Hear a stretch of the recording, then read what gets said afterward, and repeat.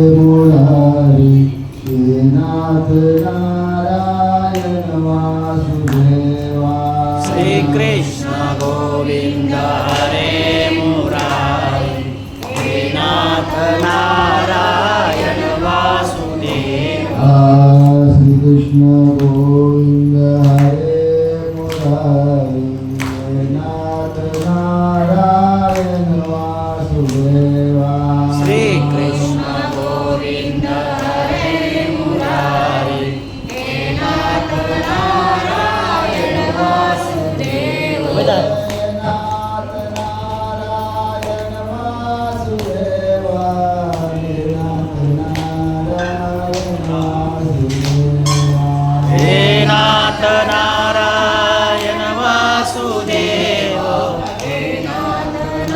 नारायण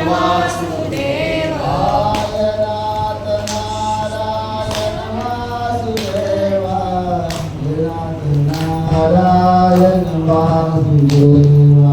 हे नाथ नारायण वासुदेव हे नाथ नारायण वासुदेव श्री कृष्ण गोविंद हरे मुरारी हे नाथ नारायण वासुदेवा गोविंद हरे मुरारी हे नाथ नारायण वासुदेव श्री कृष्ण गोविंद हरे मुरारी हे नाथ नारायण वासुदेवा गोविंद हरे मुरारी हे नाथ नारायण वासुदेव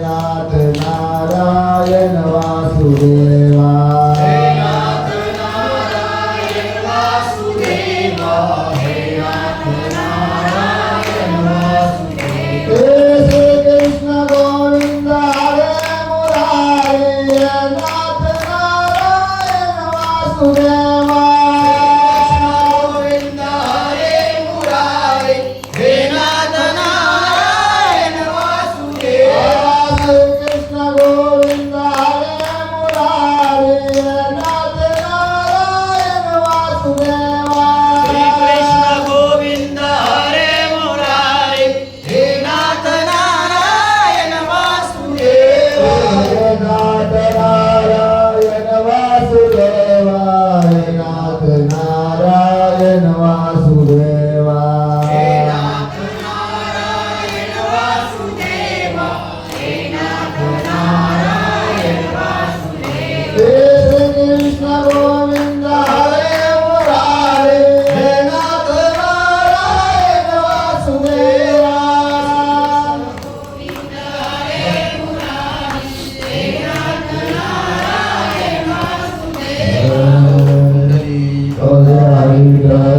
श्री नारायण पंढरनाथ भगवान की जय माऊली ज्ञानेश्वर गुरु तुकाराम महाराज की जय साधु संतान की जय भगवान महाराज की मायोग पीडित भीमरत्यं वरं पुण्डरीकाय दातु मुनीन्द्रे समागततिष्ठं रमानन्दकन्दं परब्रह्मलिङ्गं भजे पाण्डुरङ्गं मधुमारुतल्ललितं जितेन्द्रं बुद्धिमता वरिष्ठं मातात्मजं मानवतं श्रीरामदूतं शरणं प्रपद्ये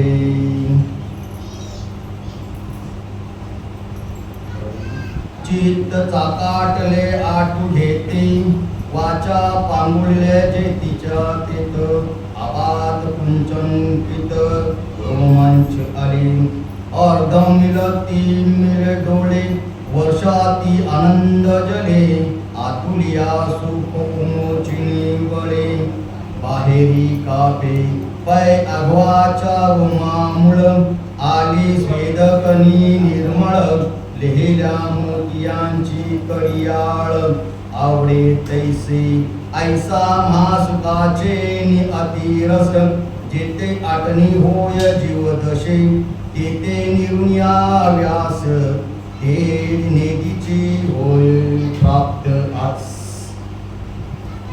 आपण कारणच तो कारण आहे. आजचा महिना सांगितलेला आहे काय, दूषित अधम महिना सांगितला होता श्रीकृष्ण भगवंताने युधिष्ठिर राजाला की हा जो महिना आहे हा महिना अधम असल्यामुळे 3 वर्षातून एक वेळ येतो. याला पर्व म्हणतात. तसं आज पर्व माझ्याकडे आलेला हा छोटासा वाघ पुष्प प्रवचन स्वरूपे. आणि आता आपल्याकडे म्हटले की ग्रंथ वाचन वगैरे नाही आहे, फक्त हरिपाठ प्रवचन आणि कीर्तन. आमच्याकडे नव्हती कधी ग्रंथ वाचल्याशिवाय पुढचा कार्य नाही. म्हणजे ती एक पोथी आहे. 21 अध्यायांचे आज 12वा अध्याय झालेला आहे. असो, सेवेसाठी घेतलेला अध्याय 9वा मधल्या राजविद्या राजगुहामधला आणि 527, 28, 29 ही ओवी आहे. 9व्या अध्यायामधला आपल्याला श्री ज्ञानेश्वर महाराज आपण जे कार्य करतो किंवा आपण ज्या स्थितीमध्ये आहोत त्या स्थितीमध्ये असताना आपल्याला जो काही आनंद प्राप्त होतो त्या आनंदाविषयी माऊलीने या 9व्या अध्यायामध्ये शेवटच्या शरणामध्ये ह्या ओव्या टाकलेल्या आहेत. आणि ह्या ओव्या ज्या टाकलेल्या आहेत ह्या ओव्या की जनतेला किंवा आम्हाला भक्ती करता वेळी कोणता आनंद प्राप्त होतो असे विषय टाकलेले. नक्की आपण भक्ती करतोय, देवाची पूजा करतोय, कशाकरिता करतो आणि केलेली काय फल आहे हे आजच्या अध्यायामध्ये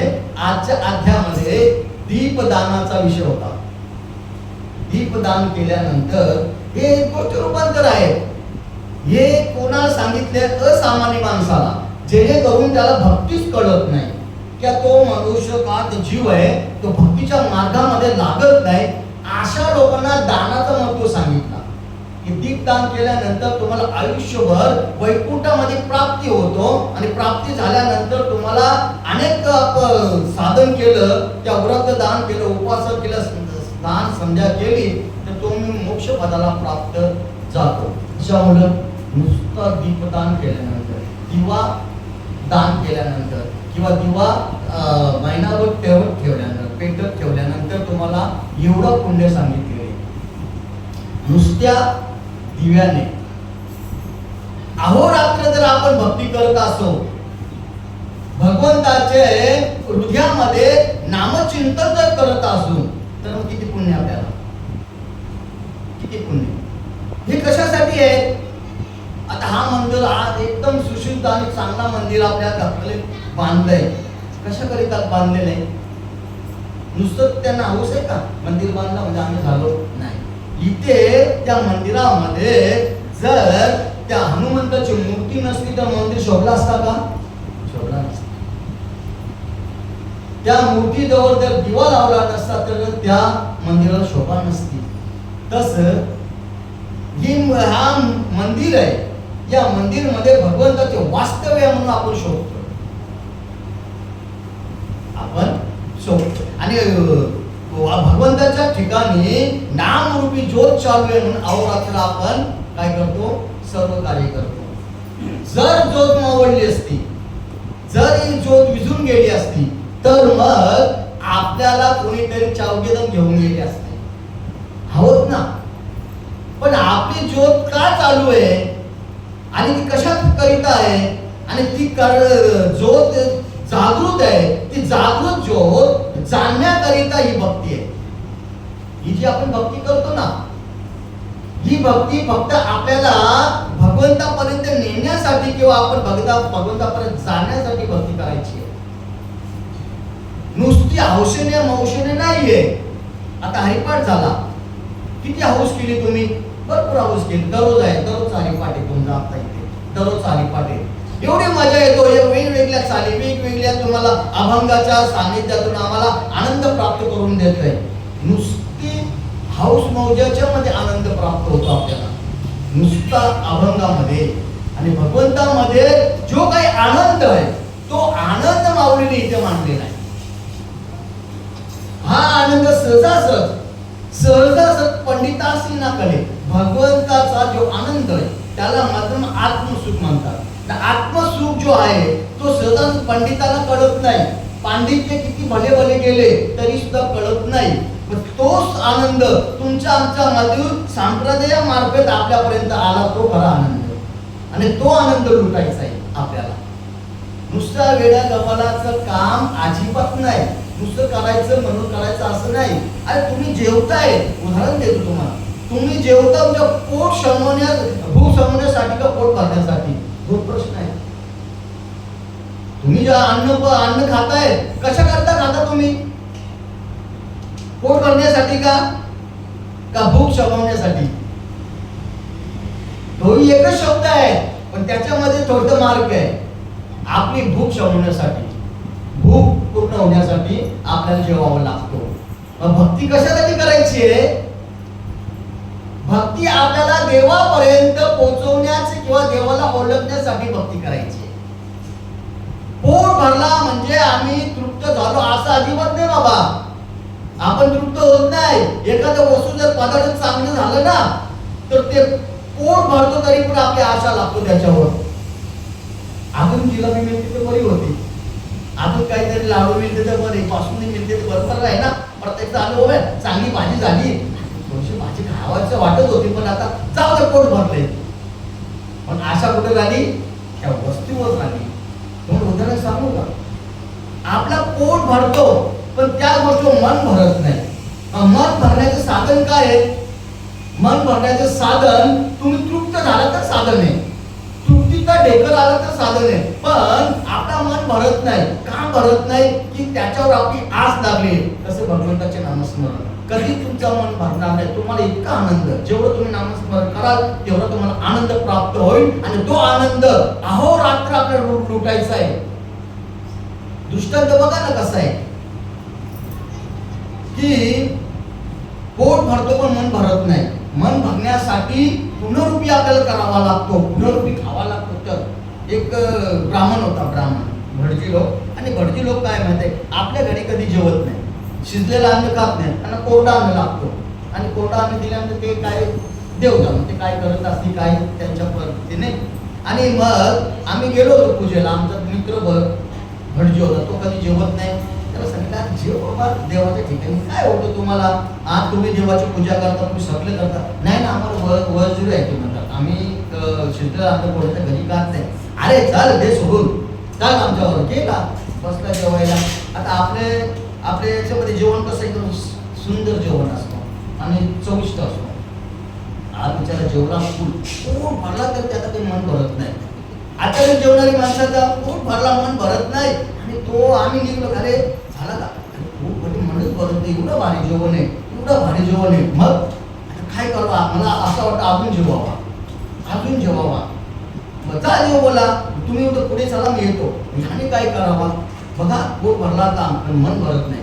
पण मन भरण्यासाठी पुनरुपी तो गेला आणि वावट्या गेलो त्यांनी. बोटं घालून जेवढं जेवढं होतं ना तेवढं बाहेर काढणं पुनरुपी जेवायला गेला. मला सांगायचं तात्पर्य काय आहे की मन पोट भरतं मन भरत नाही. पोटातला सगळं बाहेर काढला, पुनरुपी जेवला आणि मग आमच्या जवळ अरे कुठे गेलं? आणि काय सांगावं, एवढं मला चविष्ट जेवण लागलं. अरे तो पोटात होतो तो बाहेर काढून पुनरुपी मी जेवायला गेलो, तेव्हा त्याचं काहीतरी मन भरला. पण तरी सुद्धा मन भरला नाही. तसं नामस्मरणामध्ये तशी अवस्था आहे, लक्षात ठेवा. जेवढं तुम्ही नामस्मरण कराल तेवढं तुम्हाला आनंद आहे. आनंद म्हणजे आनंद. कोणी किती तुम्हाला उठवा, पण ते आनंद लुटण्यासाठी आपल्याला सद्गुरू आवडतो. गुरु जर तुम्ही केला तर गुरु सांगतात बाबा गुरुगुरु करून नाहीये. गुरु हा फक्त तुम्हाला पोटाचं ज्ञान देईल, पोट भरण्याचं ज्ञान देईल गुरु. जीवनामध्ये आपले किती गुरु झाले आपण मोजले नाही. मोजले का गुरु आपण जीवनामध्ये किती आले आपल्या? गुरु, सद्गुरु नाही, गुरु. जन्माला आलो आई वडील गुरु झाले, शाळा शिकणारा मास्तर सर गुरु झाले ना. प्रत्येक विषयाला एक, प्रत्येक विषयाला. असं तुम्ही ग्रॅज्युएट पर्यंत गेले किती गुरु होऊन गेले असतील. मग त्यांच्यापासून काय शिकले गेले तुम्ही? पोट भरण्याचं साधन. पोट भरण्याचं साधन शिकले ना. पोट भरेपर्यंत गुरु केले आपण. पण जन्म मृत्यूचा फेरा चुकवण्याचे साधन फक्त सद्गुरू आहे. त्यांना शरण केल्यानंतर त्यांच्यातून त्या आपल्याला ते मोठे गुरु मोकळे उदय दिशाने हृदय संयमुष असे प्रत्यक्ष पाहू लागल्या पैसा तो भगवंताचं अस्तित्व आपल्या जीवनामध्ये असतं. आपल्या अंतरामध्ये ते प्रकट करून सांगतात, प्रकट करून दाखवतात. आणि मग ते सांगते, अरे बाबा कुठे चुकलास तुम्ही, कुठे हरवला होतास बघ आता. ज्यावेळी त्या सद्गुण शरण गेल्यावर नाही तर मग नाही तर असं जाऊन शरण जाऊन त्यांना नतमस्तक होऊन त्या गुरूंचा आपल्याला उपदेश व्हायला पाहिजे. आणि उपदेश झाल्यानंतर आपल्या कर्णपटावर ते शब्द पडल्याने काय होतो? तर म्हणून चाका होतो, चाका. म्हणून ते सांगतात बाबा तुम्ही काय उठा जागे व्हाले आता. तेव्हा सांगितले आपण मुलं आम्ही जागे नाही का? आम्ही जागे आहोत. आम्ही कशाने जागे आहोत? अज्ञानामध्ये जागे आहोत, ज्ञानाने नाही. ज्ञानाने जागा होण्यासाठी ते सत्य उठा जागे व्हाले आता. मग तो जागा झाल्यानंतर मग तुम्हाला ते सांगितलेले ते दिलेली जी वस्तू आहे ते वस्तूचा भोकणपट्टी करणं म्हणजे ते नामस्मरण जपणं. आणि नामस्मरण जपता जपता जपता जपता माझी मत झाली अनावर वाचा छंद या नामाचा ना असेल. मग ही अनावर वाचा जोपर्यंत होत नाही तोपर्यंत आपला जन्म मरणाचा फेरा किंवा माऊलींनी सांगितलेल्या चित्तचा काटून आटू घेते ही अवस्था होणार नाही. आता ही अवस्था होण्यासाठी आपल्याला दिव्य दृष्टी द्यायला पाहिजे, दिव्य दृष्टी व्हायला पाहिजे. हा जसं आपल्या नामाच्या पलीकडचा विषय. ज्याला त्याला नामाचा अनुग्रह झाला असेल, ज्याला सगळा बोध झाला असेल त्या नामाच्या पलीकडचा विषय.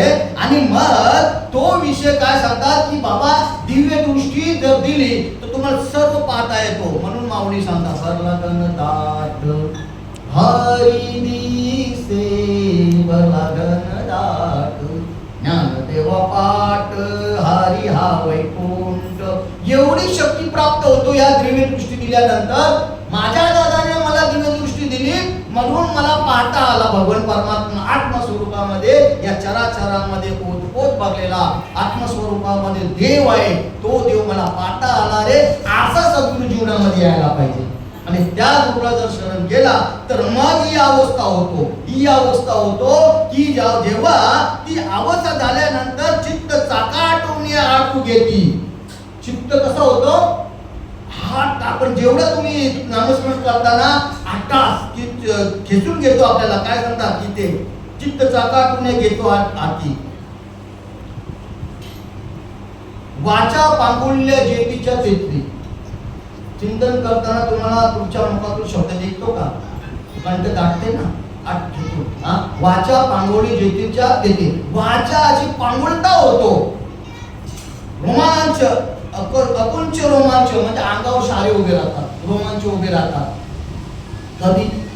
कधी त्या भगवंताच्या नामाने तुम्ही जर तंतोतंत तो नामस्मरण केला तरच होतो, ना तर असं होणार नाही. नामस्मरण कुठे करावं लागतो? नामस्मरण कुठे करायला सांगितलं तुम्हाला बेबीच्या डेटापासून सांगितलं. बेबीच्या डेटापासून जे नामस्मरण परापर्यंत मध्यमात वैकल्य या 4 वाण्यातून नामस्मरण करावं लागतो. आणि बेंबोईच्या डेटापासून आपला शब्द उमलतो. किती सेकंदामध्ये हा शब्द निघतो? काही थोड्याशा सेकंदामध्ये हा शब्द इथे तयार होतो. त्याच्यातून परापर्यंतमध्ये येतो, पर्यंतमध्ये मध्यमामध्ये येतो आणि वैखरीमधून क शब्द निघतो. क शब्द हा पहिला आपल्याला अर्ध्या मिनिटापासून आपल्या पोटामध्ये तो तयार होतो. जिथे आपली 5वी वाणी आहे तिथे तो शब्द तयार होतो. आणि तो शब्द आपल्याला सांगितल्याप्रमाणे झटकन आपल्या तयार होतो. मग या 4 वाण्यातून या 4 वाणी आहेत. या 4 वाण्यातून जर एखादी वाणी अबाधित झाली तर मनुष्य बोबडा बोलतो. अबाधित म्हणजे त्या वाणीला थोडस काहीतरी हे झालं, बाधा झाली तर मनुष्य बोबडा बोलतो. आपल्याला जर थोडीशी बाधा झाली ना खाशीची, तरी सुद्धा आपल्याला शब्द बरोबर येत नाही, मुखातून येत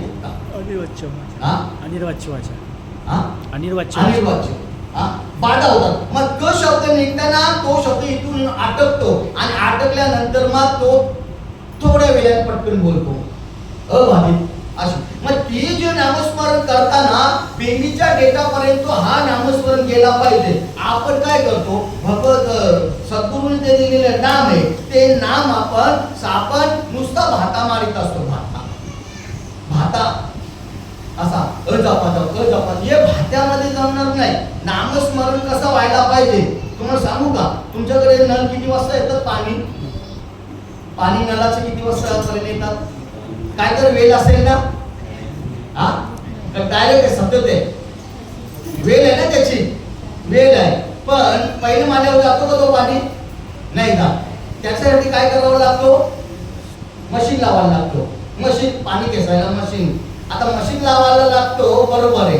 आता ही पण एक हे आतमध्ये मशीन आहे, पण इथे जी मशीन बसवलेली आहे, हा नामस्मरण तिथपर्यंत जातो का नाही कळायला पाहिजे. पाणी येत नाही, मशीन लावली, लाईट ऑन केली, मशीन लावली, मशीन फक्त आवाज देतो, पण पाणी वर येत नाही. पाणी पहिल्या माल्यावर चढत नाही, पाणी खेचत नाही. त्याच्यासाठी काय करावं लागतो? वरनं पाणी टाकावं लागतं पाईपामध्ये. कुठे जायला लागतो तो पाणी? जिथे त्या नसणीचा यंत्र आहे, पाणी खेचायचं ठिकाण आहे, त्या ठिकाणी पाणी लागल्या लगेच झालं ना, लगेच चालू होतो. तसा नामस्मरण जिथे त्या ठिकाणी पोचल्यानंतर मग ती झटका मारत पुढे निघतो. ही अवस्था जोपर्यंत होत नाही तोपर्यंत ही दिव्य दृष्टीच्या ठिकाणी तुम्हाला अजिबात किती तुम्ही प्रबोधनाचा ज्ञान घ्या बाबा, काही नाही, पण तुम्हाला त्या ठिकाणी गेलेलं जे मूळ कारण आहे त्या मूळ कारणावर तुम्ही जाल ना.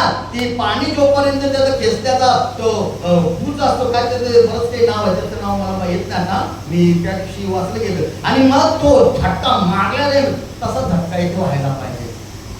मग तो झटका झाला की मग ती अवस्था निर्माण होतं. आणि मग पूर्णत्वाला गेल्यानंतर पाणी तुमचं पाहिजे तेवढं तुम्हाला प्रसारित होतो. कशामुळे होतो?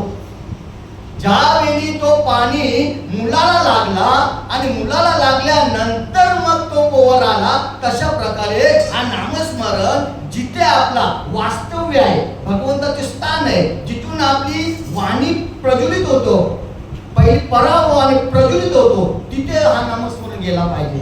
मग तो जाईल कसा? क्रिया तुम्हाला सांगितली ना, तो जाईल कसा? त्याला जाण्याचे कारण तीन आहे. ते कारण जर तुम्ही शोधले ना मग बरोबर आहे. जेव्हा तुम्हाला एक सांगितलं, नाम सांगितला, प्रभूचा नाम सांगितलं, बरोबर, नाम सांगितल्यानंतर प्रभू जेव्हा झाला तेव्हा तुम्हाला लक्ष लावायला सांगितलं. ज्यादा जर प्रभू झाला असेल तर लक्ष नाही का, लक्ष लावायला सांगितलं. लक्ष लावायला सांगितलं आणि कशाने? श्वासाने करते भजन करे तू. श्वास किती झाले? नाम, लक्ष आणि श्वास, हे तीन एकदम जर आपण त्या ठिकाणी पोहोचवलं तर मग आपली ही अवस्था होतो चित्तचा काय, तेव्हा आपली अवस्था होतो. आणि जोपर्यंत अवस्था होत नाही, आणि ती अवस्था होण्यासाठी याही सांगितल्याप्रमाणे ते नामस्मरण जपलं पाहिजे. तर न जरा आपण ते नामस्मरण जपलं ना, अहो रात्र किती भजन करा, मागे सांगितलं किती भजन केला, किती पूजा केली, किती तुम्ही चिंतन करा, नामस्मरण करा, पण तुम्ही तिथपर्यंत जाणार नाही. त्याही सांगितली की मला सांगितलंय बाबा, काय सांगितलं तुम्ही शब्द? अनिर्वाच्य अनिर्वाच्य ही जी वाणी आहे ती 5वी वाणी सांगितली. त्या दिवशी आमचा विषय निघला सत्यवान महाराज आम्ही की तो अभंग कोणता होता, त्याने मी सांगितलं, बरं साधू म्हणावे कोणाशी नित्य भोगी चौघी नारीसी, भोगू गेला चौघी नारी, पाचवीची इच्छा करी, पाचवी भोगू गेला. तुका म्हणे तेथे सामावल, पाचवी भोगू गेला तो तेथेची सामावला. तुका म्हणे साधू भला, जन्म मरण नाही त्याला. अजून एक वाणी सांगितली, परापचंद मध्यमा वैखरी. आता या 4 नार्या म्हणजे त्याही उपमा दिली. 4 या भोगल्या, परापचंद मध्यमा वैखरी. या 4 भोगून पाचवीची इच्छा करी. पाचवी नारी कुठली? अनिर्वाच्य. महाराजने मराठीत सांगितले अनिर्वाच्य. अनिर्वाच्य वाणी कुठे? अनिर्वाच्य वाणी कुठे? सद्गुरूने आपल्याला सांगितला. ज्यांनी त्यांनी गुरु केला असेल त्यांनी सद्गुरूने आपल्याला सांगितलं अनिर्वाच्य. आणि अनिर्वाच्य जोपर्यंत वाणीपर्यंत जात नाही ना तोपर्यंत जन्म मरणाचा फेरा चुकत नाही बाबा. तुम्ही म्हणत आता मुकीना माती मोक्ष, ऐशी साक्षी बहुतांची, वैष्णवांचा माल खरा तोरशी. अरे मुखामध्ये नामस्मरण तुम्हा मुकी नाम हाती मोक्ष तुमच्या मिळाला, पण तो अधर्म जर वागला असेल तर मोक्ष कसा प्राप्त होईल? अधर्माच्या पाठीमागे तुम्ही लागलं, धर्म जाणत नाही, आम्ही सत्कर्म करत नाही, आम्ही फक्त नाम घेतला आणि राहिलो आपण मोक्ष मिळाला, अजिबात नाही. मिळेल का? नाही मिळत. मग मोक्ष मिळण्याकरता, सायुज्य मुक्ती मिळण्यासाठी ही पराक्रमा करायला पाहिजे. ती नर्मदा परिक्रमा करू नका, ही परिक्रमा करावा लागेल. नाही तर आम्ही चाललो नर्मदा परिक्रमा, चाललो 4 धाम, चाललो ब्रह्म भद्रिका शोध. अरे कुठे कुठे कुठे शोधशी? रामेश्वर कुठे? रामेश्वर कुठे शोधशी? काशी. हृदयातला भगवंत तरी उपाशी. पाणी मोमी न प्यासी, मोये सुन सुरत हासी, कहा मथुरा कहा काशी, आत्मज्ञान बेन नर भटकत हे. साधी मीराबाई सांगते. एवढं सांगितले. अरे तैसा हृदयामध्ये, तुझ्या हृदयामध्ये देव आहे, तरी सुद्धा आम्ही त्या देवाला ठाण पट्टा न लागता नरकोत्या भटको तिकडं. या इकडे जा, त्या काशीला जा, महिनाभर वारी करा, नर्मदा परिक्रम करा. अरे काय शरीर शिनवून काय करशील? आत्मज्ञाना विनव नरा. शरीर शिनवून काय करशील? आत्मज्ञाना विना नरा. अरे देव आहे तुझ्या जवळ, अरे तूच आहे मूर्खासारखा का वागतोस? तुझ्या जवळ आहे, पण आम्हाला ते कळत नाही, आम्हाला ती जाणीव नाही. ती जाणीव करून घेण्यासाठी ऐशा संता शरण जावे, जणी म्हणी त्याला जावे, तेथे असे देव उभा, जैसी समचरणाची शोभा.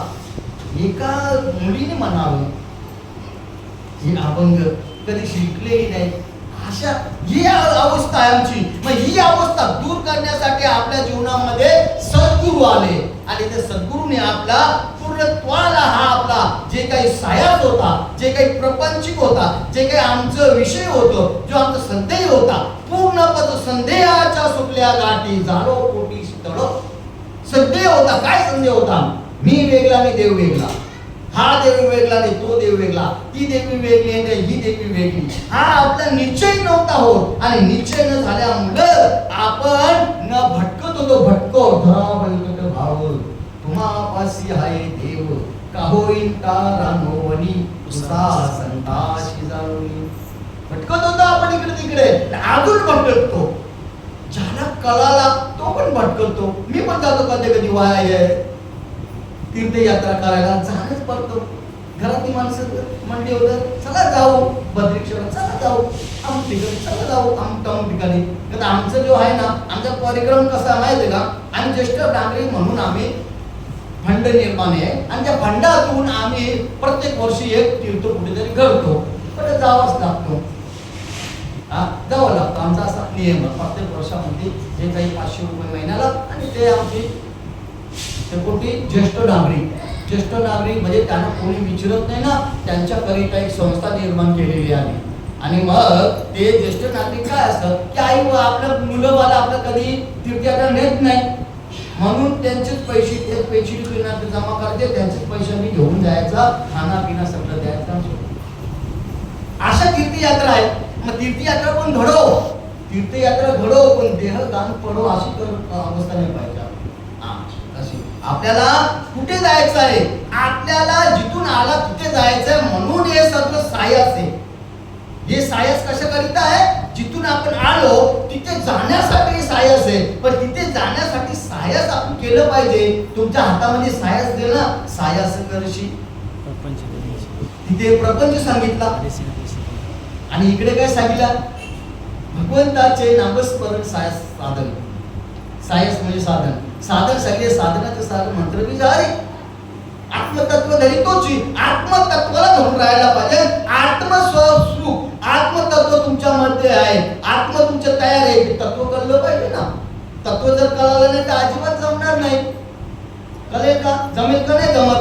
जर तुम्हाला साधा चाय बनवायचा असेल तर तत्वप्रमाणे बनतो ना, बनवतो आपण. पहिला गॅस पेटवतो, त्याच्यावर पातेला टाकतो, त्यावर पाणी टाकतो, चहापत्ती टाकतो, साखर टाकतो, त्याला उकळून दिला तर दूध टाकतो, दूध टाकला मग काढून घेतो आणि तो चहा तयार होतो. तत्व आहे की ना. डायरेक्ट जर सगळाच एकदम जर करायला गेलो किंवा त्याच्या आखणीच नाही दिली तर चहा तयार होईल. तत्व चुकलं ना आपलं. पातेला नाही ठेवलं तर गॅसवर टाकत राहिला तर तत्व चुकलं. चहा पावडर टाकली, साखर न टाकली, तत्व चुकलं. मग हे चुकल्यानंतर पुनरुक्ती ते रिपीट करण्यासाठी करावं लागतो ना, मग ते तसं साधन आहे. जर चुकल्यावर मग फेडा परत यावा लागतो, हेच काम करायला. पण हेच काम जर आपले पूर्व पुण्य असतील तर, नाहीतर मग अजिबात नाही, अजिबात नाही. ते सांगतात की बाबा तुम्हाला जे करता करता रोमांच अंगावर, म्हणजे अंगावर तुमचे शाळे येतात, उभे केस उभे राहतात, तुमच्या अंगावर जे केस आहेत ना ते उभे राहतात आणि वाचा पण येते, अफाट कोणचे रोमांच आले असं. आणि मग ते नामस रोमांच आल्यानंतर तुमचे डोळे अर्धे मिटले जातात, डोळे मिटले जातात. ते पुढे सांगतात अर्ध मुलं मिटले डोळे, वर्षाती आनंद जडे. आनंद जल म्हणजे डोळ्यातून पाणी थेंब थेंब येणं, आनंदाचे अश्रू त्याला म्हणतात. आपल्या आनंदाचे अश्रू कधी आले का, आपण तपासून पहा. ते अश्रू जे येतात ना ते आपले गरम अश्रू असतात, गरम.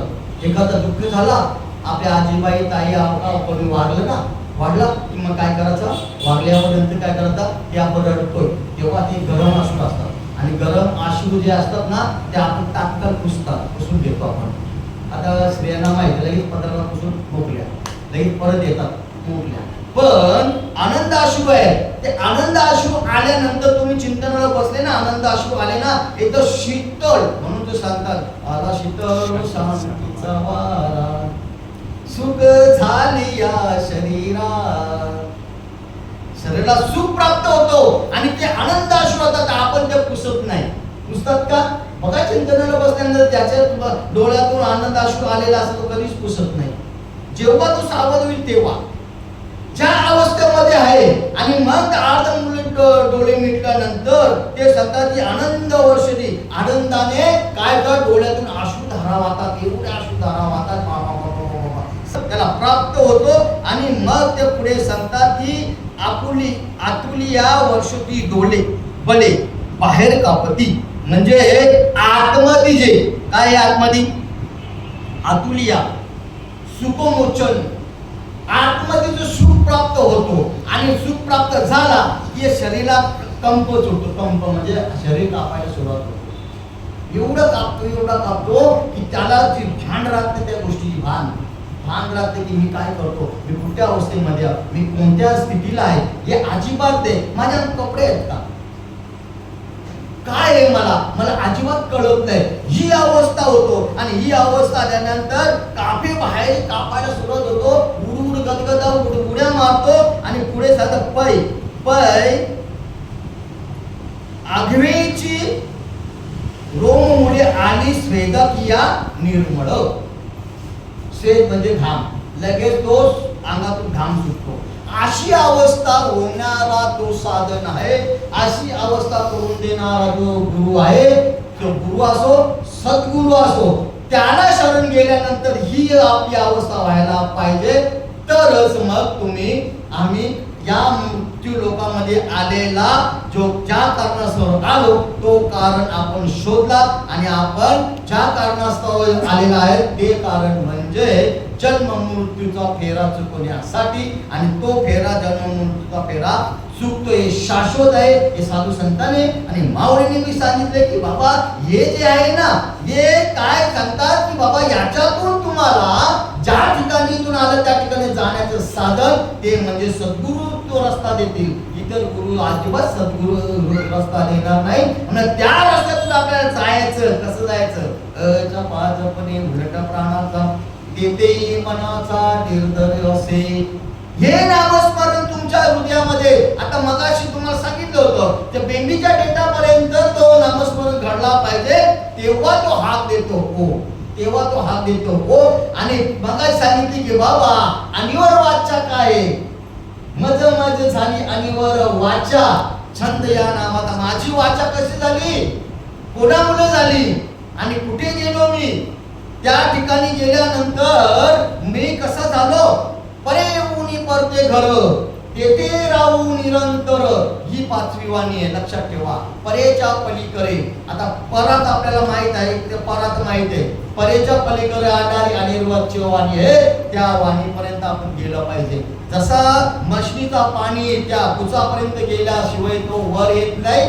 किती अख्खा दिवस जरी मशीन चालू असली तरी तुझा तो पाणी काही खेचणार नाही. तसा भजन आपला अहोरात्र जरी करीत असो आपण, पण तिथपर्यंत तो भजन गेला पाहिजे. तो भजन तिथपर्यंत गेल्या आनंद वर्ष तीस आनंद प्राप्त होतो. ते सदा परेच्या परे होऊन परते घर, तेथे राहू निरंतर. मग ते मग सांगितले 5वी वाणीची. मग ती तुका म्हणे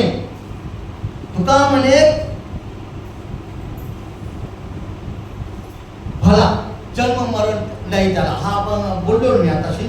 अशी जी अवस्था आहे, नाथ महाराज सांगतात की बाबा ते त्या ठिकाणी गेलो आपण तर निरंतर आपण राहतो. आणि निरंतर आल्यानंतर त्याच वस्तूचा जो उपभोग आहे, आणि उपभोग असा वर येतो. वर आल्यानंतर चराचरामध्ये असणारा भगवान परमात्मा माझ्या हृदयामध्ये माझ्या जवळ आहे, आणि मी त्याचे सनिध आहे. तोच परमार्थ या जगामध्ये ओतपोत भरलेला आहे. की तुकारामाचा जे चराचरामध्ये ते ओतपोत भरलेला भगवान परमात्म्याची जाणीव होतं, आणि तो आत्मस्वरूप आपल्याला ज्ञान प्राप्त करून देतो. त्या ज्ञानापर्यंत आपण पोहोचलं पाहिजे, तिथपर्यंत गेलं पाहिजे. परे होऊन प्रत्येक घर ते राहू निरंतर.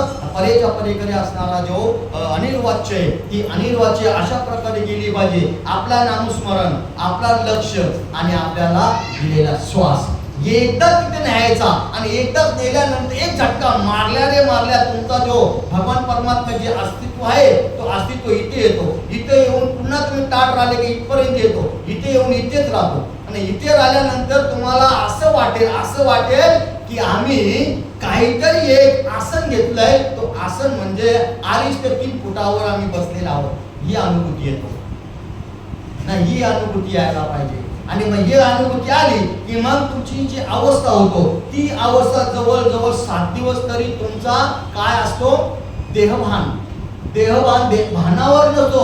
तुम्ही किती वेळा जेवता हे कळत नाही, तुम्ही काय करता हे कळत नाही. ही अवस्था होतो तेव्हा खरा परमार्थ आपला झाला असा समजायचा. दुसरा अजिबात नाहीये. भजन करा, कीर्तन करा, ऐका, पोथ्या वाचा, सगळं काही करा. हे फक्त काय सांगितले? शुद्ध सत्व, शुद्ध तुम्हाला होण्याचं साधन. शुद्ध झाल्यानंतर पुण्य प्राप्त होईल, आणि पुण्य प्राप्त झालं तर स्वर्गामध्ये जाऊ आपण. आणि स्वर्गामध्ये गेल्यानंतर जेवढं तुमचे पुण्य असेल तेवढं चांगलं उपभोगू आपण. एक सुवर्ण घरामध्ये राहू, सोन्याच्या घरामध्ये चांदीच्या ताटामध्ये आपण जेवण करू.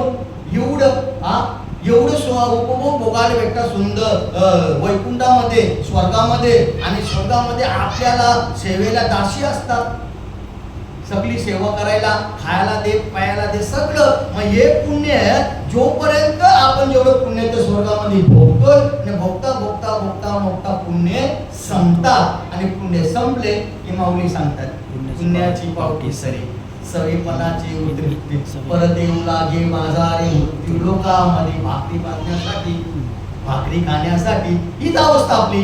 परत अवस्था काय? दुसरी अवस्था काय? पुण्य संपलं तुमचं, पुण्य संपलं, परत मृत्यू लोकांमध्ये भाकरी खायला यायचं का?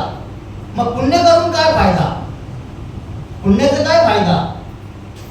पुण्याचं फक्त तुम्हाला जन्मोजन्मी बहुपुण्य केले, तेव्हा ते कधीतरी तेव्हा या विठ्ठल कृपा, तेव्हा विठ्ठलाची कृपा होईल.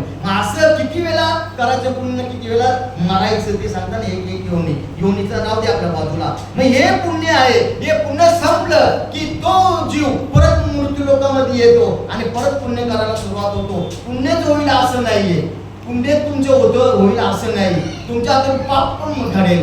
मग पाप घडायचं तर पुण्य घडेल हे सांगता येणार नाही. आणि कशासाठी आपण कोण होतो ते पण आठवण नाही. राहतो का आठवण? नाही राहत. इंद्रदेवाला भूल पडली तर आपल्यासारख्याची काय बात? इंद्रदेवाला भूल पडली, बृहस्पतीला इंद्रदेव सांगतो बघ. अरे मृत्यू लोकांमध्ये गेल्यावर एवढी मजा आहे. बृहस्पती त्याचा गुरु तो बरोबर लई मजा आहे बोलतो. मानव देवामध्ये गेल्यानंतर मृत्यू लोकांमध्ये किती आहे? 84 लक्ष योनी जीव आहेत. त्यांचं कोणाचं हाल आहे, कोणाचं सुख आहे कोणाला. मग कोणते सुख आहेत? अमुक सुख आहे, तमुक सुख आहे. आणि पशुमध्ये इतके सुख आहे, नित्य भोगीती सुख, म्हणजे सतत ते सुख भोगतात. कोण? पशु तुल्य. आणि मनुष्य काय करतो? मनुष्य जाणून बुजून सुख भोगतो, जाणून बुजून. आम्हाला जाण आहे म्हणून भोगतो. आणि पशु काय करतात? अहोरात्र त्याला दुःख समजत नाही म्हणून ते सुख सर्वांमध्ये मानतात. मग कशामध्ये सुख म्हणतो? मला भेटेल जास्त म्हणतो तुला डुकराच्या योनीमध्ये भेटेल होतो. डुकराची योनी. आता डुकराची योनी योग्य आहे का? डुकराची योनी तुम्ही आता ते लादी साखर धुवून देवा, तिथे सांगा त्या डुकराला बस, अजिबात बसणार नाही. तो बसेल कुठे? खाणे गटारामध्ये ठेवले. मग बोलतो मग काय करतो? मग बोलतो डुकराची योनीमध्ये मी जातो. डुकराची योनीमध्ये गेला असता सगळे कारभार विसरशील. कोणाला सांगतो? इंद्रदेवाला. कोण सांगतो? बृहस्पती गुरु. आणि सांगतो की बाबा नको जाऊ, नाही मी लगेच येतो ना, माझ्या आठवण बघ तू विसरशील आणि ओठाला करून ठेवशील. मग त्याने काय केलं माहितीये का? बृहस्पतीने त्याच्या मस्तकावर एक शिक्का मारला. शिक्का निशाणी केली. त्याला माहित होतं हा विसरेल म्हणून. निशाणी मारल्यानंतर जा बोलता आता डुकराच्या योनीमध्ये जा. आला डुकराच्या योनीमध्ये. पाहतो तर हे सगळं लहान मोठा झाला, लग्न झाल्यानंतर तो डुकरांचा राजा झाला. डुकरांचा तो तिथे राजा होता. राजा झाल्यानंतर प्रजेला पालन करायला लागला. आता वस्ती त्यांची कुठे? गटारामध्ये. राजा होता डुकरांचा. अनेक बायका झाल्या, अनेक संसार झाले, भरपूर झाले. याला इथे देव मी आहे इंद्र पत्त्या नाही का? तो विषय गुरपटला ना, विषय भोग वाचनेमध्ये गुरपटला. कारण त्याला कळत नाही वाचता म्हणजे काय, ती कळत नाही. गुरपटला इंद्रदेव. तुला बरीच वर्ष झाली हा काही येत नाही. बृहस्पती आला तिथे. आल्यानंतर पाहतो तर ही असंख्य झाले डुकराची. आता आपला इंद्र कुठे शोधायचा? इंद्र शोधायचा कुठे? पण त्याच्या लक्षात आलं की त्याच्या कपालावर एक शिक्का मारला होता, मूर्त मारलेला होता ओळखण्यासाठी, नाही का? ओळखण्यासाठी एक निशाणी केली होती. तेव्हा फिरतो बृहस्पती आणि बघतो तर अरे बाबा तर राजा झाले, आपल्याच घरी आहे. आता याला न्यायचा कसा? आता गटारानं लोळतोय, चिखलामध्ये घाणी निष्ठेमध्ये खाऊन मजबूत झाले, एवढा प्रपंच वारवलं त्याने. मग त्याने तिकडे आवाज दिला, ए देवा. तो काही लक्ष देत नाही. तो विसरला तिथे, मी देवपणा विसरले तिथे. तसे आपण सुद्धा देवपणा विसरतो. तसे आपण सुद्धा मी कोण आहे ते विसरतो. चालले देवा तू निघ. तो काही लक्ष देतो. कोण आहेस तू? कशाला मला हात मारतो? दगड मारतो, मार दगड. तुकडाचे काय करतो? आपण दगड मारून हाकलून देतो. अरे मी तुझा गुरु आहे, मला माहिती नाही बोलतो. विसरला. मला माहिती नाही. शेवटी हे बघ, हे माझं किती प्रपंच आहे, किती घरदार राजा झाले डुकराचा. कुठे जवळ जरा जवळ इकडे. मी येत नाही बोलतो, जवळ ये. आणि मग त्याला ओळखला होता, तू विसरला होता. त्याने सांगितलं विसरशील. आणि मग पकडली शेप त्याची. शेपला नसो पकडली, गरगरा फिरवून एकदाच आपटला खाली बृहस्पतीने. आणि आपटल्यानंतर थक्कर जागीने झाला. तसा आपल्याला आपटतात, इथे आपटतात आपल्याला. तसा आपल्याला गुरु आपटतात. आपण विसरलेली वस्तू म्हणजे आपण कोण असते. आणि मग आपटल्यानंतर मग गुरु म्हणजे तुम्ही गुरु का? हा बृहस्पती पाया पडला. अरे चला आता बघ इथे काय? नाही हे सगळं माझं प्रपंच आहे. हे माझ्या 4-5 बायका काय ही अजून माझी पोरं आहे, अरे चाल तुला मी बोललो ना विसरशील, मृत्यू लोकांमध्ये पशुयोनीमध्ये जाऊ नकोस.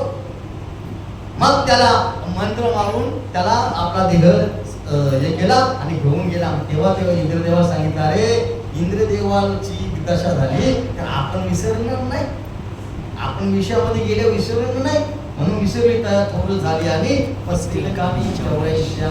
मग ही जी वस्तू आहे ही वस्तुस्थिती आपल्या जीवनामध्ये आहे, आपल्या जवळ आहे, तरी सुद्धा आम्ही ते अवगत करून घेत नाही.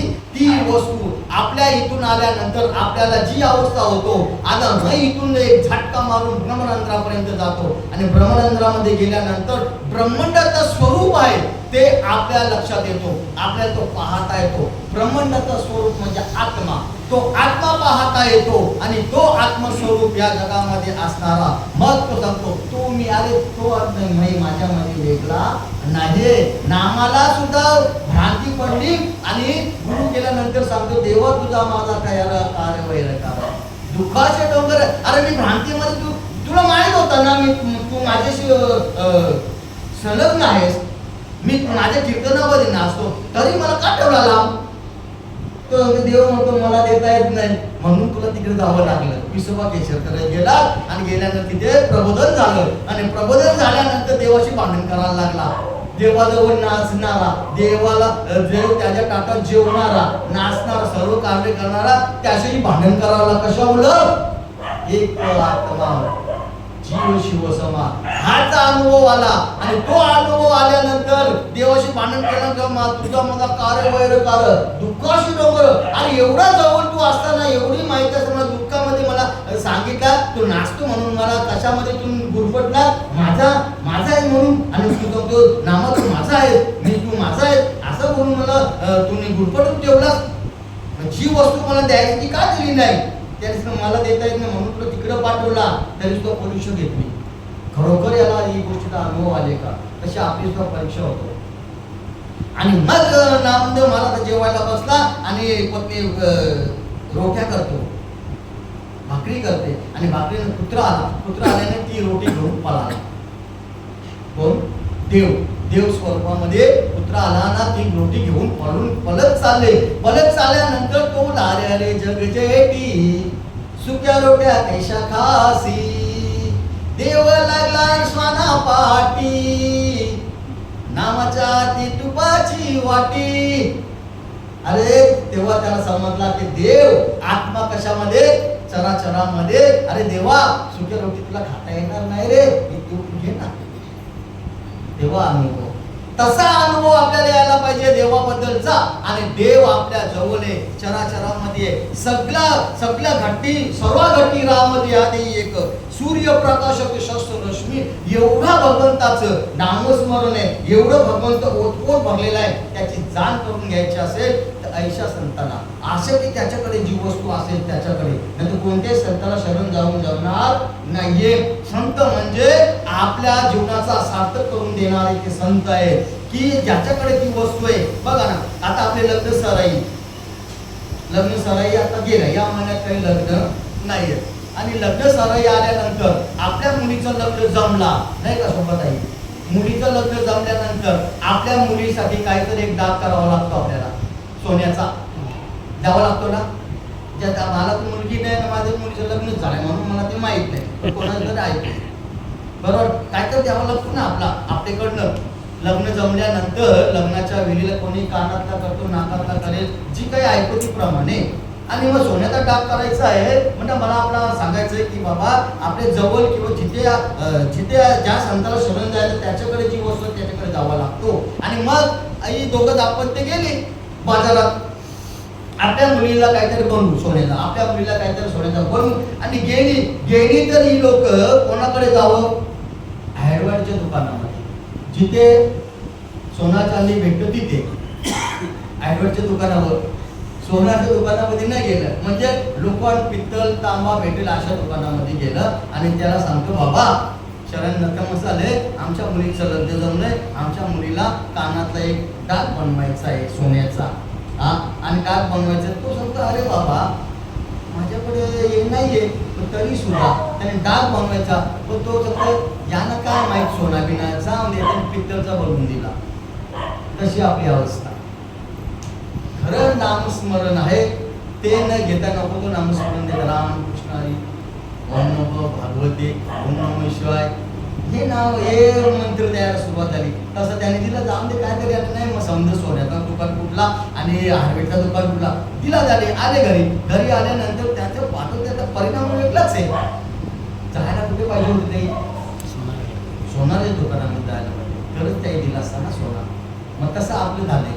आपण नको त्या गुरुला शरण जातो आणि आपल्या देहाची काय करतो, हलना करून देतो. आणि ज्या ठिकाणी तो खरा सद्गुरू आहे, त्याच्याकडे जी वस्तू आहे, त्याच्याकडे गेल्यानंतर तोच खरे नामाचा उपदेश करेल, तर तोच खरा सोनादार देईल, नाहीतर अजिबात देणार नाही. ही अवस्था आपली आहे. मी ही अवस्था जागृत करण्यासाठी साधू संतांना शरण जाऊन ती वस्तू आपली अवगत करून घ्यायची आहे. माझीच वस्तू माझ्या आहे, माझ्या जवळ आहे, तुझं आहे, तुझं पाशी परत जागा चुकला छोडून येणार केला तुझ्या घरच्याने. आपली वस्तू आपल्या जवळ आहे, पण घरचे म्हणजे काम क्रोध लोभ मद चित्त अहंकार अशा ममता तृष्णा माया याही मांडली जाईना. याच्यामुळे आपल्याला भगवत प्राप्ती होत नाही, भगवत प्राप्तीच्या मार्गात आपण जात नाही. त्याच्यामुळं काय होतं, विषयावर येतो आणि विषयावर आले की आपण त्या विषयामध्ये गुरफतो. विषयांचा परिपाडू गोड परमार्थ लागे करू, कडू विषय तू गोविया जीवा शिवाला, या जीवाला कडू विषय ते गोड झाले. कडू विषय म्हणजे काय, नको ते खाणं, नको ते पिणं. ज्या आपल्या संतांनी सांगितल्याप्रमाणे न खाणारी ती वस्तू खाली, ते कडू विषय. नको त्या ठिकाणी गेलं ते कडू विषय. ते गोड विषय म्हणजे असे मंदिरात येणं बसणं, परमार्थ करणं, भक्ती करणं, देवाची पूजा अर्चा करणं, असं जे काम करत असेल तर मग बरोबर आहे. आजच्या दिवसात श्रीकृष्ण भगवंताने मलमासाला शुद्धता प्राप्त दिली. मलमास हा महिना आहे, तो शुद्धता प्राप्त दिली की माझंच नाव दिलं पुरुषोत्तम मास. श्रीकृष्ण भगवंताने त्या 9 मासाला, मास कसा तयार झाला की 3 वर्षातून आपले ते गुरुवडीत दिवस होते. प्रत्येक वर्षाला 11 दिवस असं एक्स्ट्रा निघतात आणि 11 दिवसातून 33 दिवस निर्माण होतात आणि तो महिना तयार होतो. तो धोंड्याचा महिना म्हणतात आजचा. आणि धोंड्याचा महिना म्हणजे मलमास. म्हणजे त्या महिन्याला कोणी पूजत नाही, कोणी विचारत नाही, कोणी त्याची कर्म चांगलं करत नाही. पण शरण गेल्या उद्धारा, शरण गेला भगवंताला, महाविष्णू शरण गेला आणि त्यांनी सांगितलं, अरे कोण नाही बोलता, माझंच नाव तुला घे आणि जगामध्ये तुझी ख्याती होईल. आणि मग आज 3 वर्षातून येणारा हा मलमास, ह्या निमित्ताने, आज या महिन्याच्याच निमित्ताने आम्ही प्रवचन ठेवलेले, हरिपाठ ठेवलेले. आमचे मित्र गुरु बंधू संतोष महाराज फोन केला की बाबा आज मला असं अवस्था आहे, काय करायचं. मी सांगितलं तुम्ही फक्त तारीख टाका. मी तारीख देत नाही, का तर माझ्या तारखेत ठरले तर रोजच्या पोथी वाचायच्या, 2 पोथ्या वाचायच्या, 5 ते 7, 7:30 ते पुढे असा. म्हणजे ग्रंथ एकच, एक या मंदिरात एक त्या मंदिरात, अशी अवस्था. मग इकडे तिकडे जाणं नाहीये. मग ऍडजस्ट करण्याचा साधन बघून सांगितलं, तुम्ही तारीख टाका, मी ऍडजस्ट करेन. तो आजचा दिवस माझ्यासाठी चांगला आणि सुगळत आजचा दिवस आहे. 11वाचा दिवस आहे. 11व्या दिवसामध्ये खरोखर ही 11व्या दिवसामध्ये ते पोथीमध्ये जे विषय निघले होते ते म्हणजे दीपदान. आणि दीपदान केल्यानंतर तुम्हाला प्राप्त जे होणारे जे पुण्य, हे पुण्य आपले वर्षातून आलेल्या एक मलमासाच्या महिन्यामध्ये जर आपण केलं, पुण्यदान धर्म केले पाहिजे, स्नान केली पाहिजे, पूजाविधी केली पाहिजे, सत्कर्म केले पाहिजे, असं कीर्तनाला येऊन बसले पाहिजे, हरिपाठ केला पाहिजे, चिंतन केलं पाहिजे, तर मग हे पुण्य आपल्याला प्राप्त होतो. आणि पुण्य झाल्यावर मला सांगितलं, पुण्य काही फायद्याचं नाही आहे. तुमचं आमचं पुण्य करून सगळं झालं आणि म्हणून आपल्याला चांगले गतीला आपण प्राप्त झालेले. पुण्य पाप आणि पुण्य तुमच्यामध्ये अजिबात ठेवलेले साधू संतांनी, म्हणून आपण चांगल्या गतीला प्राप्त झालो, चांगल्या विषयामध्ये आलो. भगवंताची आपण कास पकडली, ते जे पुण्य आहे ते आपले बहुजन्माचे पुण्य काहीतरी असते. म्हणून आपल्याला सुकृत आणि शांत सुपात्र असा सद्गुरू जीवनामध्ये आला. श्रीपाद बाबा, रामदास बाबा, नाना बाबा यांच्या मार्फत आपल्याला जे काही प्रज्वलित दिलेलं ते ज्ञान आहे ते आपण प्रगट केले आणि ते ज्ञान आता आपल्या जवळ आहे, इतरांच्या जवळ आहे. फक्त तुम्हा आम्हाला काय आहे, फक्त विवेचन करून त्याला सांगायचं आहे की बाबा या नाम आहे, या ज्ञानापर्यंत तुम्ही पोचा, तुमचा जीवनाचा सार्थक होईल. बोलता बोलता 1 तास आपला पूर्ण कसा तरी झालेला आहे आणि सेवेसाठी घेतलेली ओळी होती की चित्त चाकाटले आठू घेती, वाचा पांगुरल्या जेसीच्या तिथं अफाट गुंचन रोमांच आले. अशी थोडक्यात जरा जसं मला सद्गुरूंच्या मार्फत मला कळालं, मला अनुभव आला, त्या विषयाचा तो तुमच्यापर्यंत मांडला. आणि घ्यायचं की नाही घ्यायचं ते तुम्ही आपण ठरवायचं. कुठपर्यंत आपल्याला जायचं, भक्ती करून काय फल आहे, आपण नपुण्य करून काय फल आहे, हेच फक्त शोधा आणि भगवंताच्या नामाला विसरू नका. हे नाम तुमच्या पदरी आलेलं आहे. भरपूर दिवसातून आपल्याला जो नाम आलेला आहे तो नामाला विसरू नका. तर हे साधू संतांची श्रीपाद बाबांची सांगणं होते, सर्व विसरा, सर्व काही विसरा, कोणाला गोष्टी विसरा, आई वडील विसरते, तुम्ही भगवंताच्या नामाला विसरू नका. ते नाम तुमच्या हृदयामध्ये असलेला आणि तुमचा जीवनात सार्थक करणारा तो नाम आहे. असं बोलता बोलता तुमचे 1 तास घेतला, माफ करा.